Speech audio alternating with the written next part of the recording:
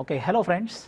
Good morning. Myself, Dr. Sagar Bhilaji Shinde from GSPM Nare Technical Campus. And in today's session, we have to discuss what are the basics of embedded system, what are its applications, how the embedded system subject is useful in your industry, how this embedded system will be useful in placement point of view. Okay, so before going towards embedded system, first of all we have to discuss what do you mean by system, what is the system. So you can say system is nothing but the arrangement in which all the units assemble or connected together, working together according to the program or according to the plan, that is nothing but your system. Now the simple question arises in your mind, if this is the system, then what do you mean by embedded system? So Vinay Wolf, who is the author of book Principles of Embedded Computing System Design, said that it is the device which includes programmable computer but is not itself intended as a general purpose computer. Then second author, Todd D. Morton, who is the author of book Embedded Microcontrollers. As per his opinion, he said that embedded system is any electronic system which includes microprocessor or microcontroller, but we don't think them as a computer, as the computer is hidden or embedded in the system. Then third author, Raj Kamal.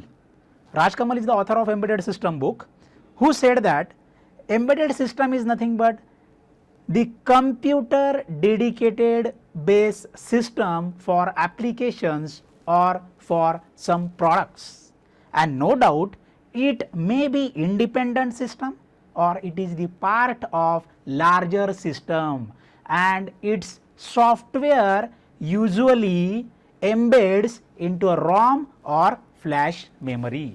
So these are nothing but the definitions of embedded system according to the different authors of books, and simply you can say it is the system where only single task is there, where there is only single task execution is there. Okay.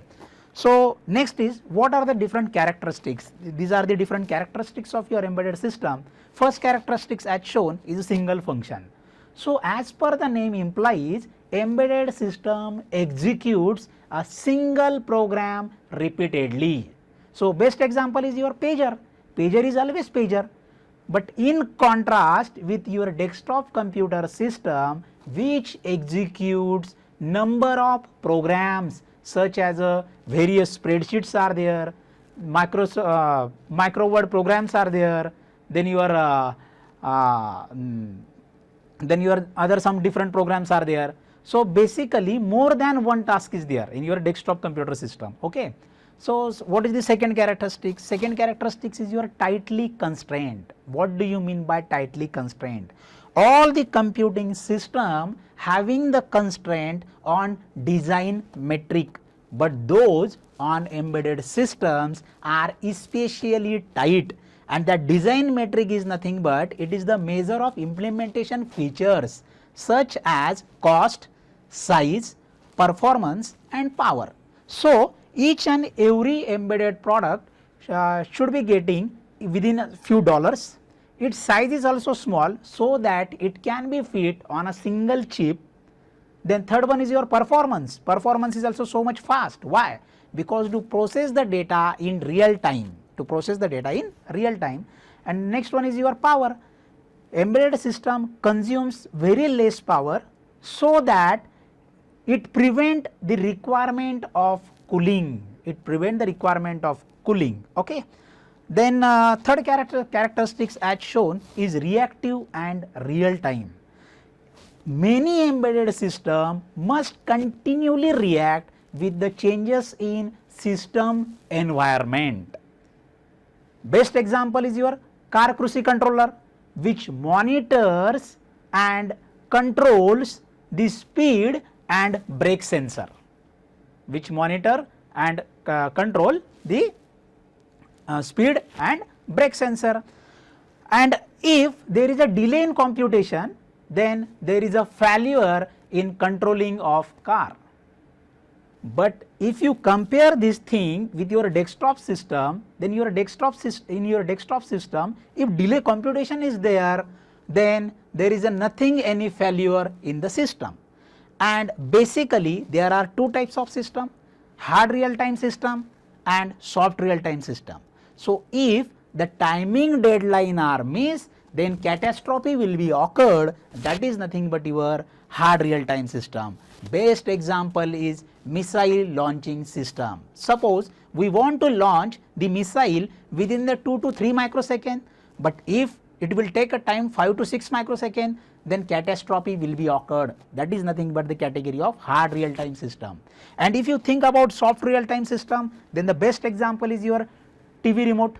Whenever you want to change the channel number from channel number 101 to channel number 102, you press the button on your TV remote, and if the channel will not be changed suddenly, then catastrophe will not be occurred. It take only some time, but catastrophe will not be occurred.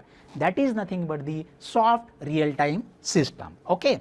So these all things about the embedded system and its characteristics.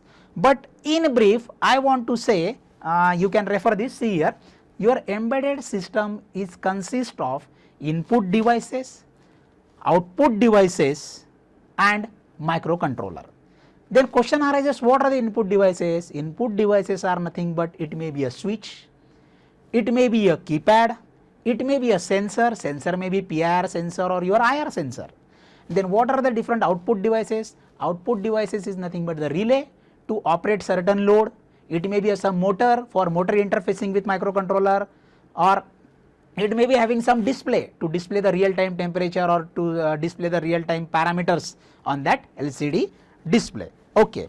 So whatever the program we have written, that program should burn on the microcontroller by using the language C programming language, your assembly language programming or any complicated language programming. Okay. And no doubt your microcontroller operate on its machine code. That is nothing but your simple brief about your embedded system. But in certain cases, you can see here, in certain cases there is a external memory required.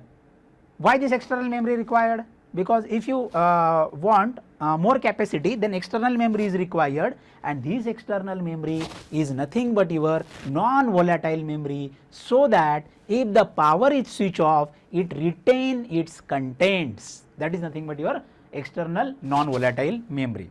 Or some people can say, as shown in here, that embedded system is nothing but there are number of motherboards are there, computer on modules are there, computers on modules with storage capacity, hard disk is there, and some display devices with wireless communication, some display devices with wireless communication as shown here, wireless communication is there, and some peripherals are there. So these all forms your embedded system. Okay. Then next question arises in your mind, what are the different basic applications of your embedded system? Basic applications are your mobile devices, your washing machine, your microwave oven, air condition, calculators, these all things are under the embedded system. Now very basic question arises in your mind, as shown here there is a one washing machine and one desktop computer system. Then how you can know which is the example of embedded system? Now if you compare your washing machine with your desktop computer system, then you can say your washing machine is the example of embedded system. Why? Because what is the main aim of your washing machine? To washing the clothes only. But in case of your desktop computer system, you can use this desktop computer system for so many applications, whatever you want. How? Because you can add number of programs frequently in this desktop computer based system. Okay. But in case of washing machine, this is not it is not possible. Here there is only one task is there. Okay. One more example, in case of your desktop computer system, while writing some letter using the notepad, you can hearing the song also. means hearing this song and writing some letter by using notepad, these two things are completely different. That's why this desktop computer system is not in the category of embedded system. But in case of your washing machine, there is only one task, and that task is nothing but washing the clothes. Okay, this about the simple examples. Then question arises in your mind, how this embedded system will be useful in large industry. So if you see here, then in case of large industry, large industrial automation, this embedded system is used. How it is used? Because in this case there are number of robotics are there, robotics used. In this robotics application, whatever the different controls are there, different monitorings are there. So for this monitoring and controlling operation, this robotics is used in embedded industry or in some automotive industry, where these robots can be used to control the speed of assembly line, to control the speed of assembly line. That is the use of this robotics here. Okay. So what is the second example in which industry this embedded system is useful? In number of automotive industries, such as in Europe, there is a big plant for car manufacturing. In this car manufacturing, you can see there are some robots. There are some robots. Again, these robots can be used for different monitoring and controlling applications. Different monitoring and controlling applications you can see here. Okay. So you can also say that some robots are used for assembly. Some robots are used in assembling the different parts of car. Okay. You can also say in BMW car manufacturing also there is a use of embedded system, where these embedded system act as a operating system. It can be act as a real time operating system, which is used for controlling the assembly line. Okay. So these are the basic examples, and if you want some more examples, you can also say home automation system. It is also the example of your embedded system. How? Because now see here, in fresh morning, these people wake up.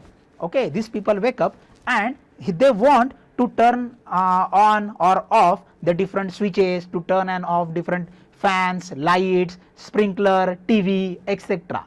So in this application also embedded system is useful for automation purpose. So these are the nothing but the different areas which covered by your embedded system. So no doubt this embedded system and its detail will be useful for the placement in any industry. So you people have to concentrate on the basic knowledge of embedded system as well as programming in your embedded system. Okay.